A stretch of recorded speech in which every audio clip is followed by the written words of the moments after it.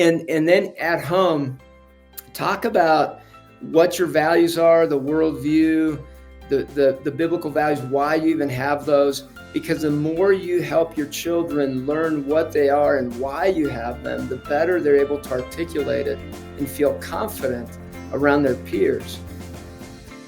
Hey there, it is Faith Talk today. I'm Rick Probst. Welcome to another wonderful weekend. Can you feel the fall? I believe it's here. And we have another wonderful guest, and Dr. Danny Huerta is from Focus on the Family. He is the VP of Parenting and Youth for Focus on the Family. We've had Doc on many times, and I got a call or a text just a minute ago from his wife, Heather, and she says, Doc, that you can grow that full beard anytime you want to. Yeah, that's fantastic, Rick. Thanks for having me on the show, man. Yeah. Good to see you. Thank you for all that you do. Let me say this before we get into the important stuff. I was looking at I'm reading some stuff about you this morning, preparing for the interview. Did you realize that you have the entire alphabet behind your name, Dr. Danny Huerta? And there's like 20 other letters behind your name. What's up with that? Yeah, that's the goal right there, Rick. Yeah, it's been an exciting journey of twists and turns. Wherever God has taken me, I just follow. And I've really been fascinated by the topic of psychology, and now it's psychology within parenting, right? And I really started as an international business guy, wanting to make the big bucks that way, and then met this young man that was severely disabled, but was my assistant in teaching youth sports at a YMCA in college. That changed it all.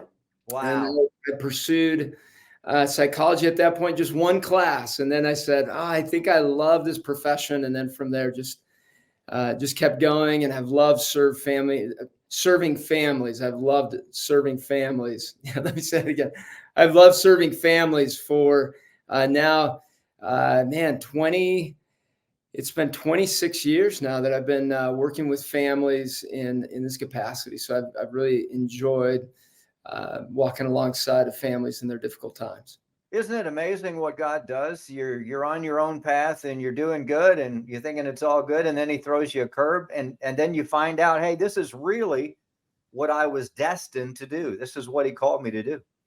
Yeah, and it's a good place to be. I know there were moments where I questioned that, and I started off as a social worker in a low-income school district here locally in Colorado Springs, and got my feet wet. And each time I visited with families, I'd get more energized. And when you find that energizing when you're working, you're in a sweet spot. And the more I prayed and said, Lord, just put me where you want me, the more things just opened up. And when I started my private practice in 2003, it was a fun beginning with just one client. And I said, well, maybe this will be it, maybe not. And it took several months before I got more. And I said, Lord, I'm going to trust this to you.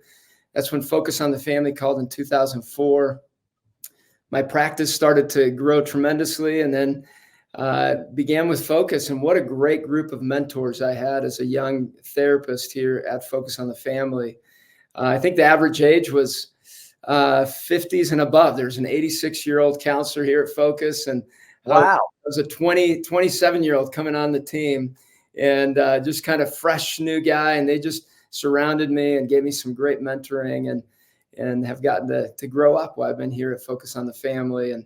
And when we follow Jesus, he leads the path, but it's one step at a time. It's not all wide open and clear all through. So it's taken a lot of trust and moments of great conversation between my wife and I along the way. That is so good. Well, we trust that Heather's good, the kids are good, and I know they're growing fast and furious.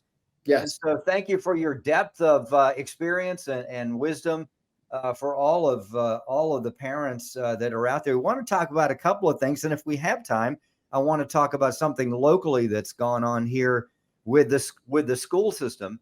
And just kind of your input. I know you guys are full tilt boogie for homeschool. There are families that are unable to do that, and just kind of wisdom on how to navigate through the public school system in these days, the 21st century, when we're facing so many things as parents or grandparents etc. If we get time, maybe another time if we don't. But we do want to talk about the ages and the stages, and also mykidsage.com. It's something special that you guys have put together. Where do you want to start on this, Doc? Yeah, so we put three main things together for parents, and very specific to the ages of their children. What I found and what we found as a team in our research is that parents have unique challenges at each stage of their child's development, and many of them have more than one child. And so you have these different kids with different personalities, but then different stages of life that they're in, and unique challenges to you, not only in your marriage, but also in your parenting. So we developed first that the easiest one is the article pages we've got, and that's at focusonparenting.com. Parents can go to our website and begin to sort through articles and videos, stage specific. So if you have a child that's 0 to 3, you can go to that page, look at all articles on 5 distinct topics. So that's on the area of sexuality, spiritual growth, mental health, technology and entertainment, and then everyday parenting. So 5 buckets that we know parents are really wanting content on, and we just want to come with practical tools there. And then 4 to 7, and then 8 to 12, and then 13 to 18 is really how we've divided out the stages. And actually, we debated between 4 to 8 or 4 to 7, and actually we landed at 4 to 8, and then 9 to 12 as that preteen age. And then what we've also developed is an annual newsletter you can sign up for, and that's through mykidsage.com. And I love that because what you can do is just open up an account, give us your name, the names of your kids, the birth month and the birth year of each of your kids, and then we'll send you content specific to each of those kids at their birth month each year. Immediately you get whatever age they're at now, and you'll get 10 pages of illustrated, wonderful, research-based, biblically based content, and it's how to grow for your kids. As you're teaching them, how do I help them grow this year? What to expect this year, and then what you want to build this coming year in your child. And part of the how to grow is how do you grow as a parent, because it's just as much about your child as it is about you. And so you get to have that journey as well with each of your kids. And then if you sign up for that annual newsletter, you get a weekly one sent to you with practical parenting tips for each of those stages of your child's development. And then we give you quick answers to parenting questions that have come in to us, and we'll give you kind of the top of one of those questions. And then you get also an opportunity to hear about some of the downloads and other things that we've got for free for you as a parent. And all this is absolutely free. We just want to come alongside you as parents to give you the biblically based, research based, but most practical content you can have along the way, because we know you're busy. VP of Parenting and Youth for Focus on the Family, Dr. Danny Huerta, with us. Always a great guest, and we love just all that he brings to the table to help families. MyKidsAge.com is what he was talking about there for the emails, and it's an annual newsletter sent for your child or children's birthday, each one individually. If you have more than one, maybe grandchildren or nieces or nephews, but log on to there, mykidsage.com. We got a few minutes, and if you're okay with this, I'd like to talk a little bit about back in August, the Cobb County school system, which is I don't remember if it's the largest county in Georgia or the second largest, third largest, very large. Cobb County, a teacher was fired for reading My Shadow is Purple to her 5th grade class. I don't know if you heard about this or not. The school board 4-3 let her go because of the parental outrage. For the most part, it's a book about gender norms.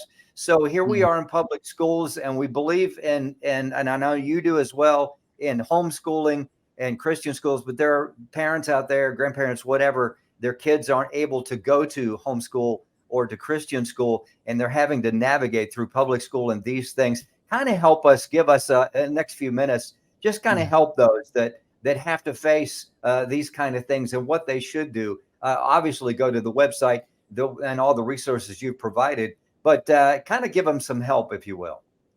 Yeah, I mean, it's a big challenge. We face a culture that is definitely opposed to Christian values when you just let it go on autopilot. So you have to be intentional as a parent, even more so than ever before, in everyday conversations. I know that in our car, my car with my kids, now 20 and 18, we still have conversations on the way to church about things that are worldview related. We talk about things when we go to the grocery store, when we're at home, where I see God in my life. I really constantly trying to bring into conversation truths and opportunities to talk about what's going on in the culture, and not just assuming that they're not going to hear it or they're going to ask questions if they have questions. And so as parents, the number one thing is be intentional. Number two is be patient.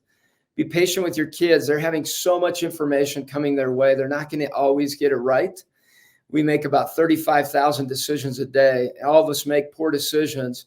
So you want to lean into where your children are at, and you're going to have different personalities of kids.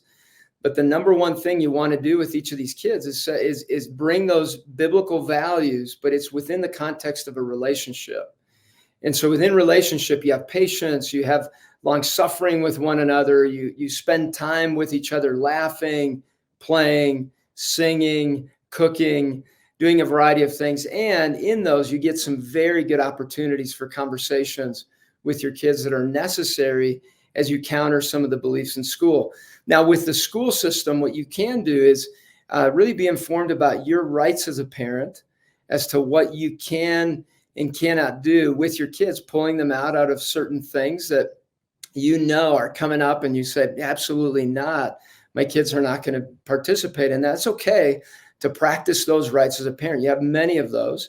And I know we're hearing of many of them getting pulled as well in different states, but you still do have parental rights, and your child has rights to practice their faith. You can pray at school as long as you're not disrupting the teaching or any of the operations of the school. And so there's some great momentum that can be created by students. So encourage your students to practice their faith, to be bold in their faith, to be courageous in their faith. And then at home, talk about what your values are, the worldview, the biblical values, why you even have those. Because the more you help your children learn what they are and why you have them, the better they're able to articulate it and feel confident around their peers. Because what happens is if they lack confidence around their peers will question them, will come at them, and then sometimes sway them in a different direction because they want so much to be accepted by their friends. So make sure as parents, you're taking the time this year to have intentional moments with your kids, not only of fun, but instruction. It's going to take carving out intentionally some of that time out of your schedule to do so. Always so good. And of course, go to mykids.com. You can go to focusonthefamily.com, and also check out the Instagram, which I think Ezra is putting there on the screen, that you can follow Dr. Danny Huerta from Focus on the Family. Doc, it's always good to have you on the show. We got to have you back. And I know you're in good hands because Superman is right there by picture. There he is. There he is. Behind you. And I think that's totally awesome. Bless you. Thank you for all you do. Blessings to you and your family. We got to go. It is time to go. What a great show. Next week, next will be a great one as well. So join us for that. It is Faith Talk today. I'm Rick Probst. See ya.